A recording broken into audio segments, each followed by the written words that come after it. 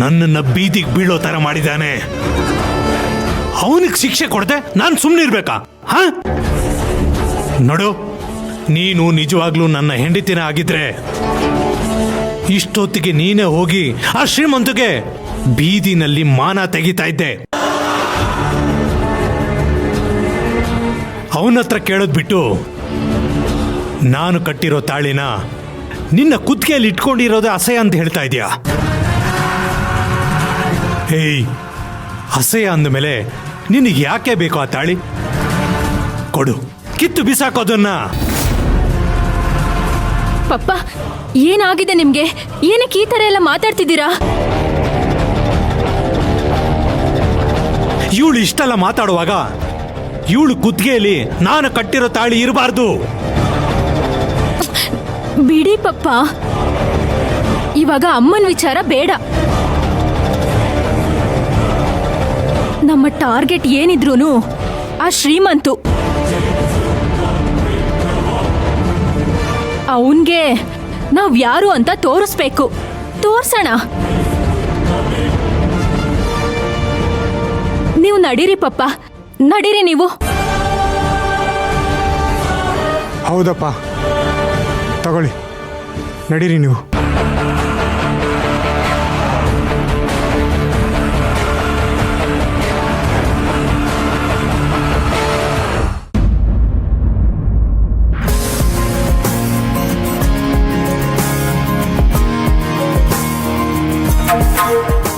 Nagaraju,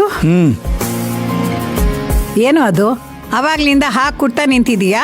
battery ಹೋಗಿರ್ಬೇಕಮ್ಮ, ಅಯ್ಯ slow ಆಗ್ತಾ ಇದೆ. ಅಯ್ಯೋ, ಇರೋ ಕಚ್ ಸಾಲ್ದು ಅಂತ ಇದು ಬೇರೆನಾ? ನೋಡಮ್ಮ. ಅಮ್ಮ, ಅಣ್ಣ, ನಾನು ಮಿಥುನ್ ದೇವಸ್ಥಾನಕ್ಕೆ ಹೋಗ್ಬಿಟ್ಟು ಬರ್ತೀವಿ. ಏನು ದೆವ್ವ ದೇವಸ್ಥಾನಕ್ಕೆ ಹೋಗೋದಾ? ಅಮ್ಮ, ನಾನೀಗ ತುಂಬಾ ಒಳ್ಳೆಯವಳು ಆಗಿದ್ದೀನಮ್ಮ. ನಿನಗ್ ನೀನೇ ಹೇಳ್ಕೋಬೇಕಷ್ಟೇ. ಪಾಪ ಮಾಡಿ ಪುಣ್ಯಕ್ಷೇತ್ರಕ್ಕೆ ಹೋಗಿದ ತಕ್ಷಣ ಪಾಪಿ ಪುಣ್ಯವಂತ ಆಗ್ಬಿಡ್ತಾರಾ? ಅಣ್ಣ ನೋಡಣ್ಣ, ಅಮ್ಮ ಹೇಗೆಲ್ಲ ಮಾತಾಡ್ತಾ ಇದ್ದಾರೆ. ಅಮ್ಮ, ಯಾಕಮ್ಮ ಹೀಗೆಲ್ಲ ಮಾತಾಡಿ ಇವ್ರ ಮನ್ಸಿಗೆ ನೋವು ಮಾಡ್ತೀಯಾ? ಅಮ್ಮ ಮಗ ದೇವಸ್ಥಾನಕ್ಕೆ ಹೊರಟಿದ್ದಾರೆ, ಹೋಗಿ ಬರ್ಲಿ ಬಿಡು. ನಾಗರಾಜು, ಇವಳು ಗಂಗೆಗೆ ಹೋದ್ರು ಗಂಗೆಗೆ ಗಂಡಾಂತರ ಹೊರತು ಇವಳು ದುರ್ಬುದ್ಧಿ ಮಾತ್ರ ಇವಳು ಬಿಡೋದಿಲ್ಲ. ದೇವಸ್ಥಾನಕ್ಕೆ ಹೋಗಿ ದೇವ್ರಿಗೆ ಏನು ಕಷ್ಟ ಕೊಡಬೇಕು ಅಂತ ಇದ್ದಾಳೋ ಕೇಳು.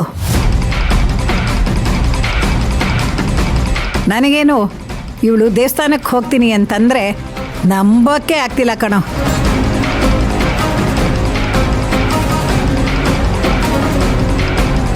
ಅಮ್ಮ, ನಿನ್ ಮೇಲೆ ಆಣೆ, ನಾವು ದೇವಸ್ಥಾನಕ್ಕೆ ಹೋಗ್ತಾ ಇರೋದು. ನೋಡು, ಪೂಜೆಗೆ ಬೇಕಾಗಿರೋ ಎಲ್ಲಾ ವಸ್ತುನೂ ತಗೊಂಡಿದ್ದೀನಿ. ಹೌದು, ಯಾವ ದೇವಸ್ಥಾನಕ್ಕೆ ಹೊರಟಿದ್ದೀರಾ? ಲಕ್ಷ್ಮೀ ವೆಂಕಟೇಶ್ವರ.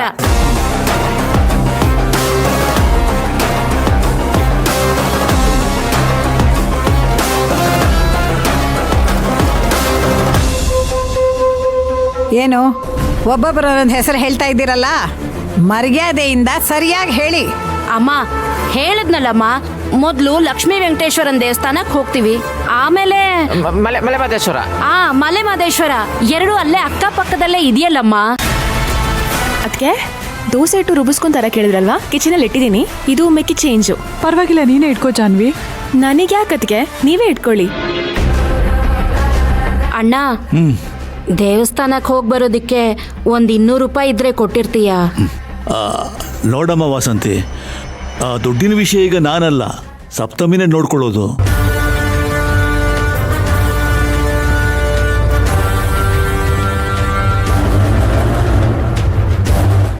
ಸಪ್ತಮಿ, ದೇವಸ್ಥಾನಕ್ಕೆ ಹೋಗ್ಬೇಕು, ಒಂದು 200 ರೂಪಾಯಿ ಕೊಡಮ್ಮ.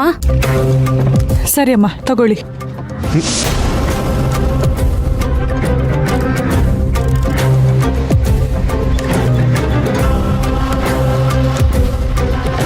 ₹200 ಖರ್ಚು ಮಾಡ್ಕೊಂಡು ದೇವಸ್ಥಾನಕ್ಕೆ ಹೋಗ್ಬೇಕಾ? ನಮ್ಮನೇಲೂ ದೇವ್ರ ಮನೆ ಇದೆ, ಆ ದೇವ್ರ ಮನೇಲೂ ಅದೇ ದೇವ್ರಿರೋದು. ದೇವಸ್ಥಾನಕ್ಕೆ ಹೋಗೋದು ಒಂದೇ, ಇಲ್ಲಿ ಕೈ ಮುಗಿಯೋದು ಒಂದೇ. ಸೊ ದಯವಿಟ್ಟು ಇಲ್ಲೇ ಕೈ ಮುಗಿರಿ, ಅರ್ಥ ಆಯ್ತಾ?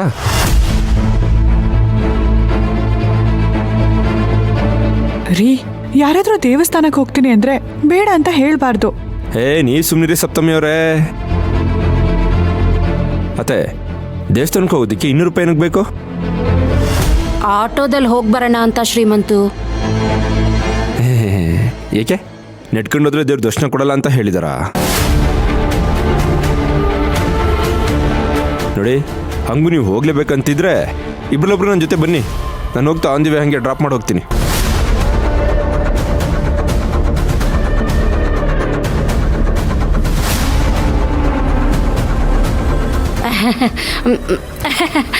ಸುಮ್ಮನೆ ನಿನಗ್ಯಾಕೆ ತೊಂದರೆ ಶ್ರೀಮಂತು?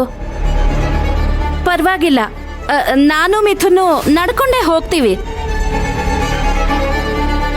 ಮಿಥುನ್ ನಡೆಯೋ. ಅಮ್ಮ, ಅಣ್ಣ, ಬರ್ತೀವಿ. ಹಿಂಗೆ ಬಿಟ್ಟರೆ ನೆಕ್ಸ್ಟ್ ಫ್ಲೈಟಲ್ಲಿ ಹೋಗ್ಬೇಕು, ಟಿಕೆಟ್ ಬುಕ್ ಮಾಡೋ ಅಂತಾರೇನೋ ನನಗೆ.